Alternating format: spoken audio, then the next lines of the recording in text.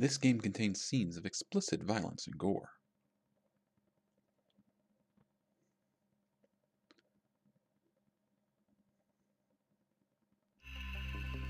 Well, hello everyone, and welcome to Let's Play Resident Evil 3. Resident Evil 3, also subtitled Nemesis, is a PlayStation 1 game released in 1999. It is an action-adventure game of the survival horror subgenre, but we're playing the GameCube re-release from 2003. Now, we are going to jump in with loading our game, because I want us to play with all the goodies that we've unlocked.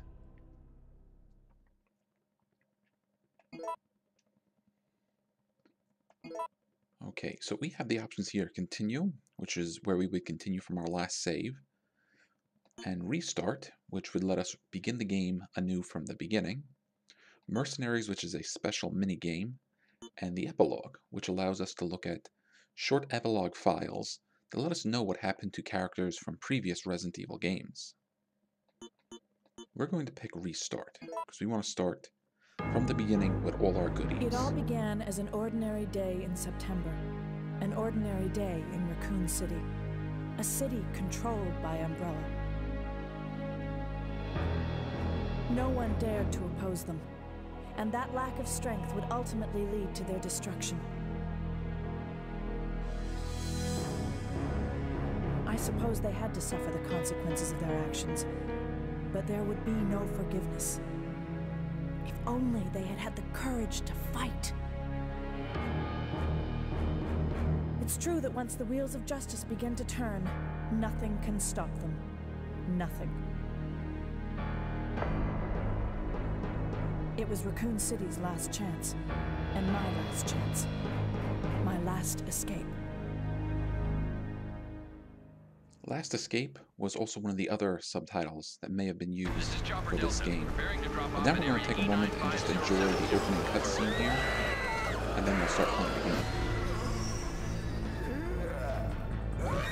What are they?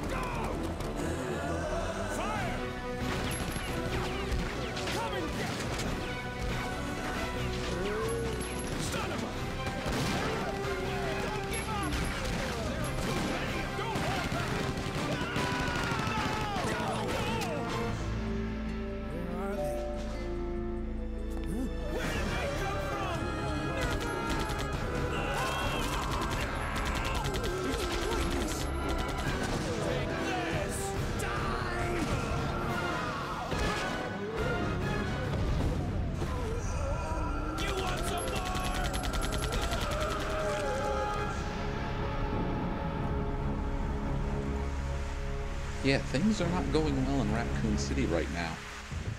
Not only did the city send out its police and its SWAT teams, Umbrella dropped in their mercenary forces, and nothing went well for either of them.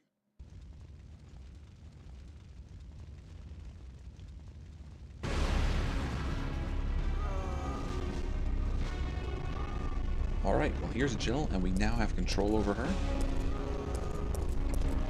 I gotta get myself somewhere safe first. So this plays just like the other Resident Evil games that we played, with a handful of interesting differences. But we've got an in-game cutscene, so let's watch this. Now, I want to apologize if you're getting choppy audio or video. My software has trouble with this game, but we'll try to make do with what we have.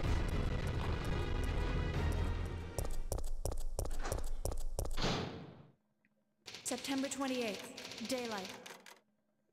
The monsters have overtaken the city. Somehow, I'm still alive.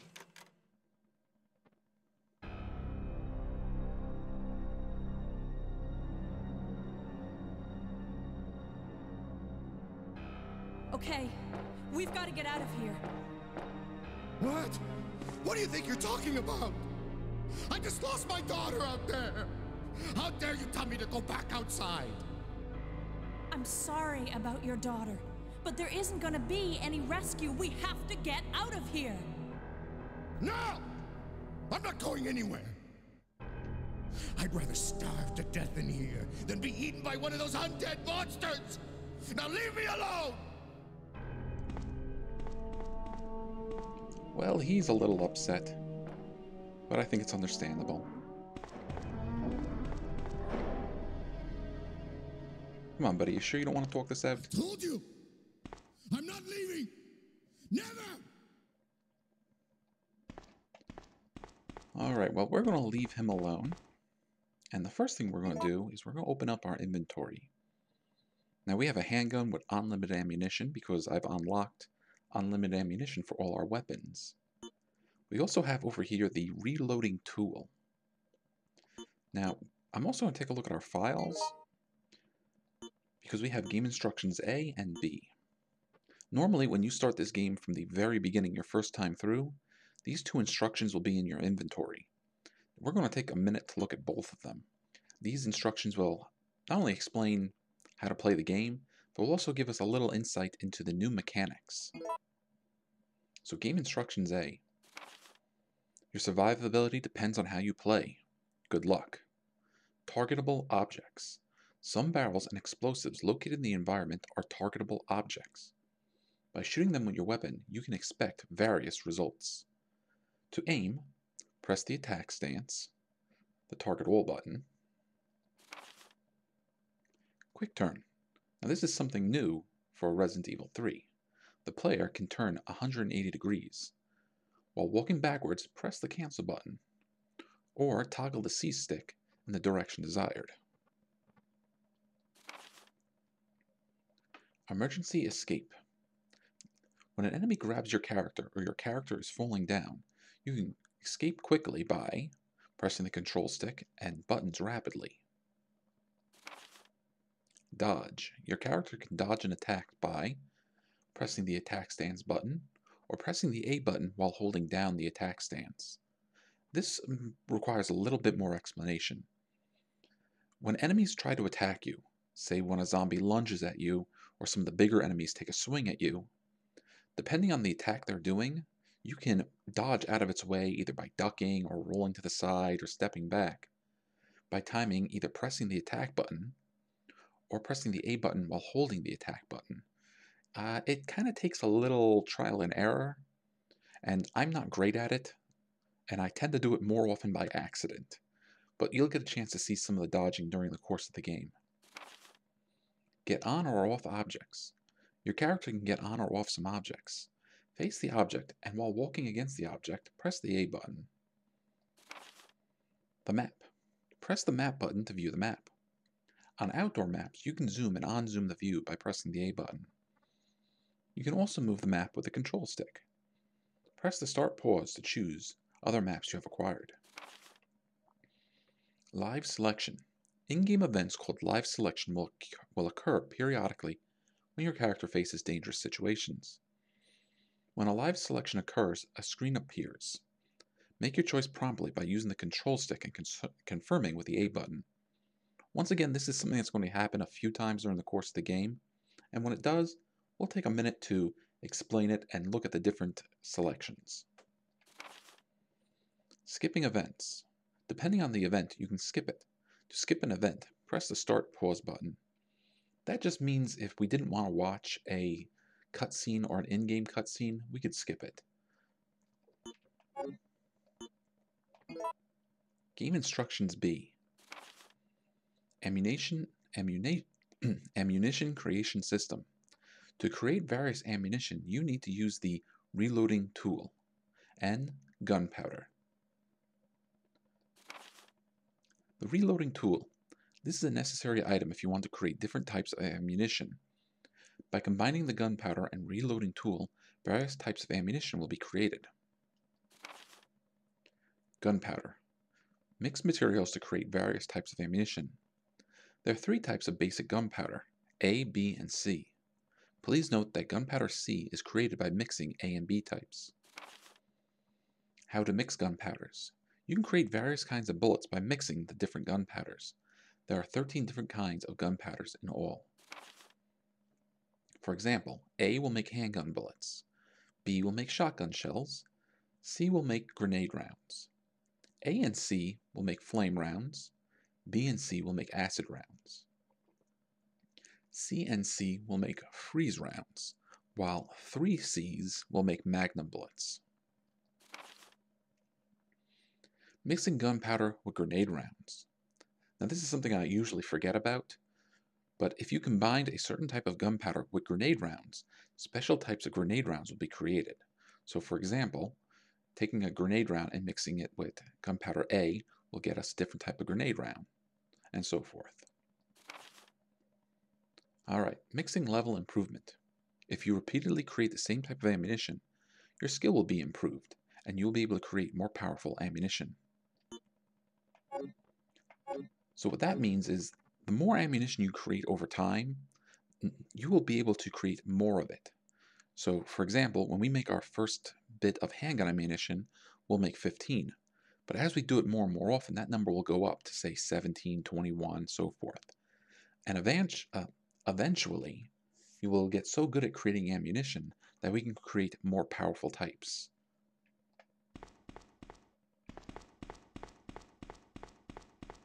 Alright, we got a first aid spray here.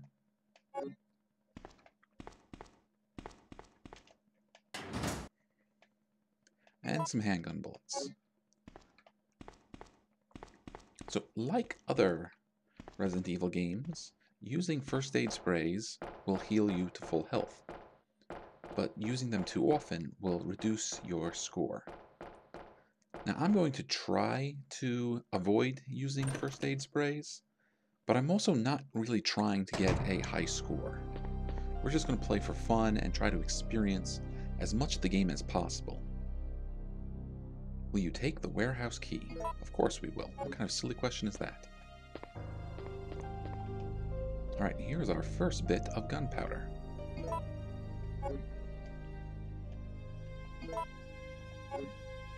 Now, we're only going to find so much gunpowder over the course of the game.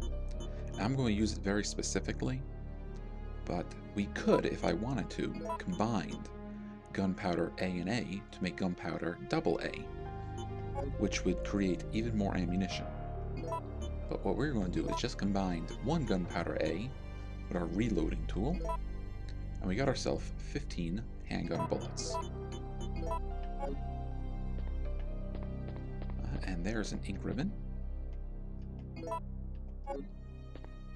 And here is our magic item box. Now, as usual, I'm going to leave the ink ribbon right here in the default slot. And we're going to grab here the boutique key. The boutique key is how Jill is going to get to use her extra costumes. You also have some extra weapons unlocked from having beaten the game before, and we may play around with them at some point during the course of the game, but for the time being we're going to leave them alone.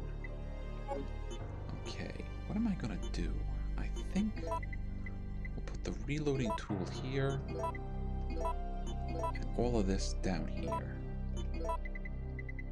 And you can go up there.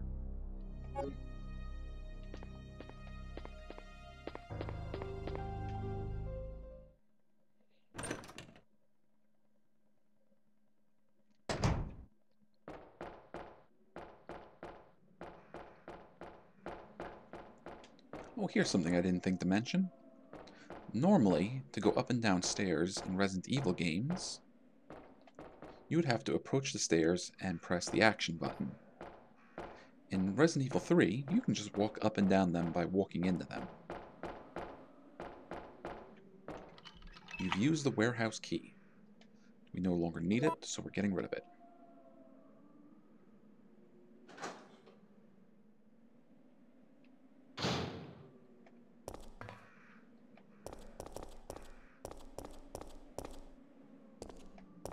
And it looks like there's a little note here.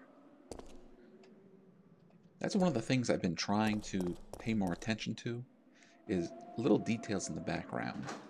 They're easier for me to see now that I have higher end equipment, as opposed to when I was playing this in 2003. And there's our first zombie. Normally you don't want to spend your time here fighting with these guys. You want to kind of conserve your ammo and not fight with things if you don't have to.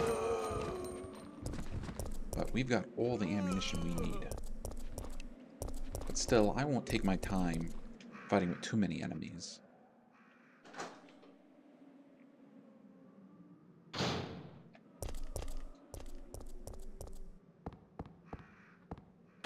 Oh, now who was that? If that person looked familiar, there was a reason for that. Oh, you guys are fast.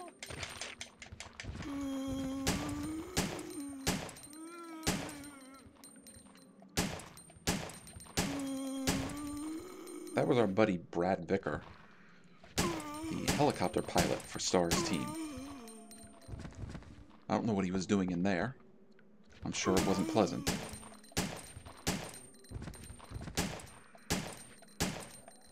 Uh-oh, you're not done yet.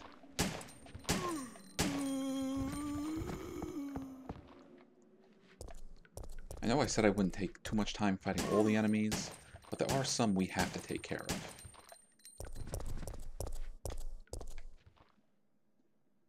Will you take the shotgun? What kind of question is that? Of course we're going to take the shotgun. We're going to equip it too. He's lucky he died before his guts were ripped out. So at this point, because we have a shotgun, we can just blow the enemy's heads off. Alright, there's some lighter oil. Dealing with zombies at this point is going to be trivial, because we can just blow their heads off. And even some of the tougher enemies are not going to be difficult to handle with this kind of firepower.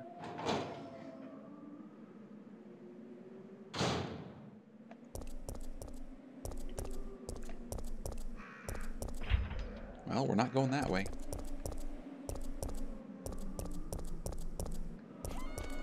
Oh, did you hear that? Alright, there's a woman over here that needs our help.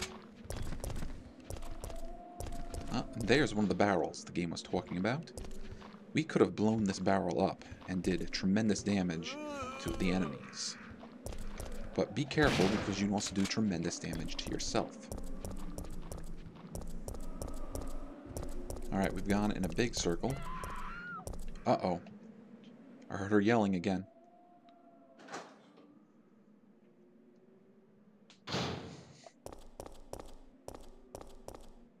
Oh.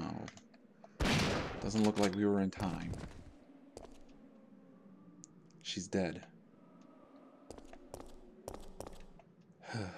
Well, unfortunately that happens. And it's going to happen a few times during the course of the game. Depending on the choices we make and the decisions and paths we choose, we may come across different NPCs, and we may be able to help them or not. But since I'm back here, I will drop off the handgun, because for the time being, the shotgun will provide all the firepower we need.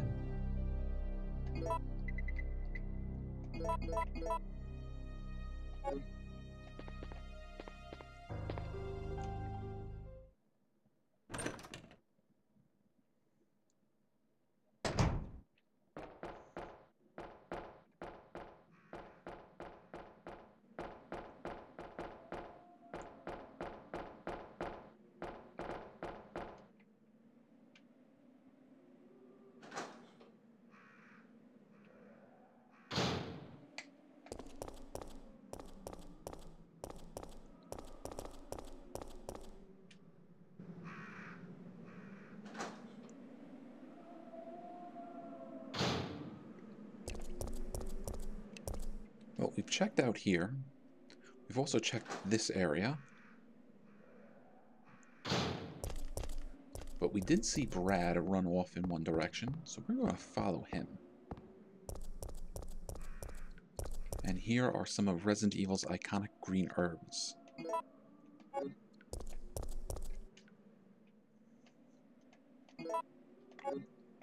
If you've been following me or are familiar with the Resident Evil series, you know that the green herbs are used for healing and can be made stronger with other herbs that we'll find during the course of the game.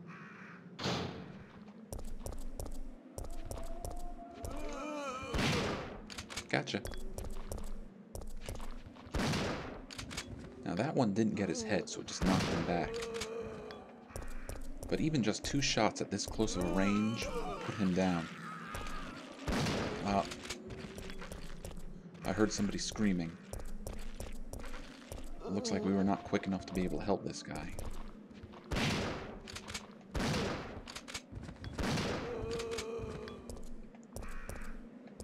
So can we examine him? No, it doesn't look like it. Alright, so I see something over here. And that is the Uptown map. With it, we now have the map of the area.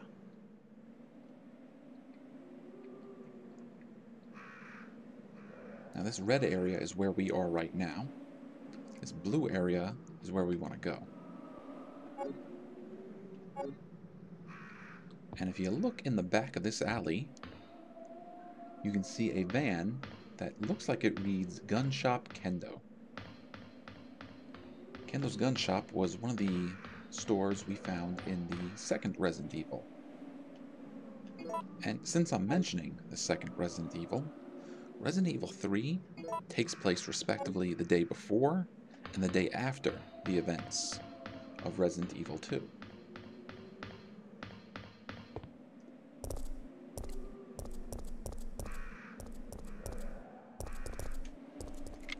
You've used the boutique key, and we no longer need it, so we are getting rid of it.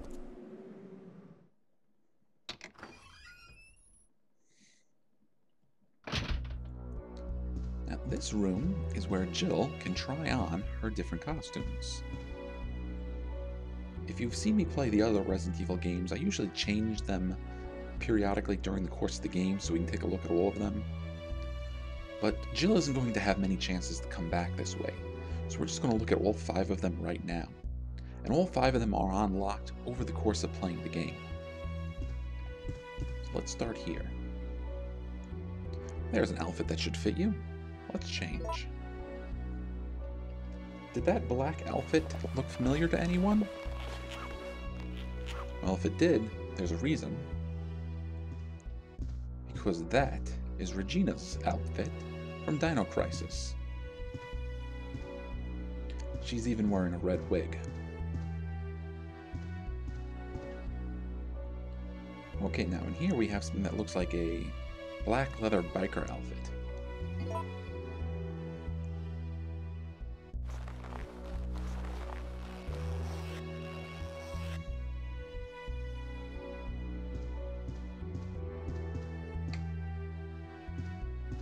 There you go. There is Jill's biker outfit.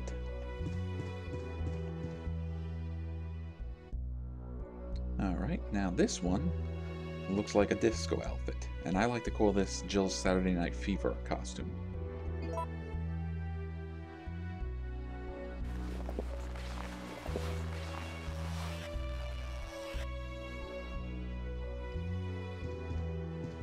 And she is ready to go to the club.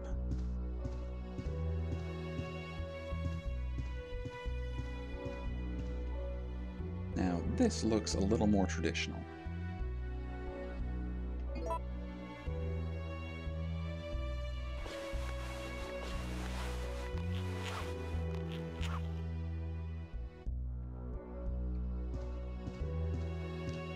Now, Jill is in her police skirt.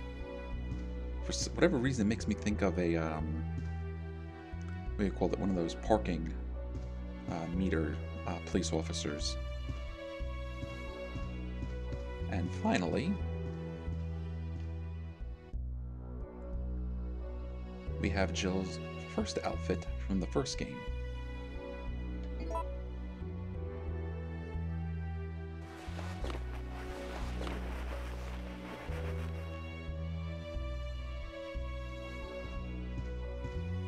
So if you want to run around as Jill with her original costume, here you go. Now, since the game's cutscenes use her in her default costume, that's what we're going to keep wearing.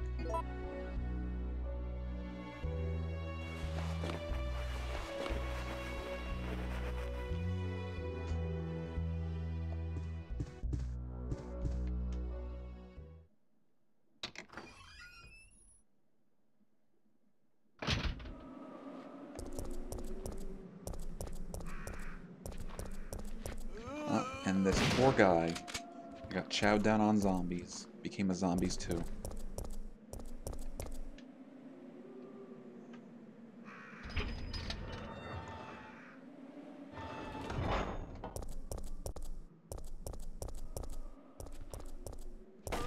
I hear some gunshots. And there's Brad trying to fight off some zombies. He'd have done better if he had a shotgun. So you see this shutter here? It's down. But there's a square hole. And we are familiar with square holes. When there's a square hole, you need a square crank.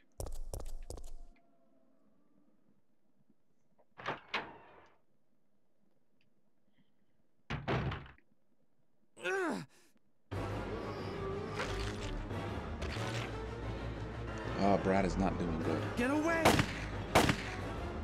Alright, so we're going to go and help him. We actually don't have to help him if we don't want to. He will eventually take care of that zombie.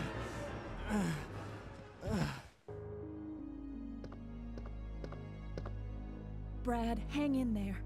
Why isn't someone doing something about this? I didn't know you were still alive, Jill. The police aren't trained for this kind of situation. What could they do? Listen, he's coming for us. We're both gonna die.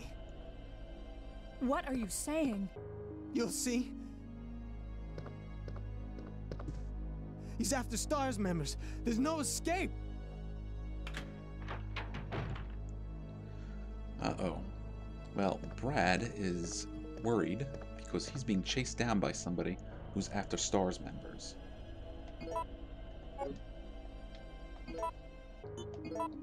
Now, there should be a lighter down here, and we just filled it up.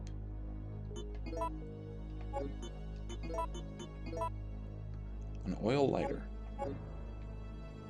Now, hang on. Because there's a postcard here. The clock tower postcard. A picture postcard of a clock tower.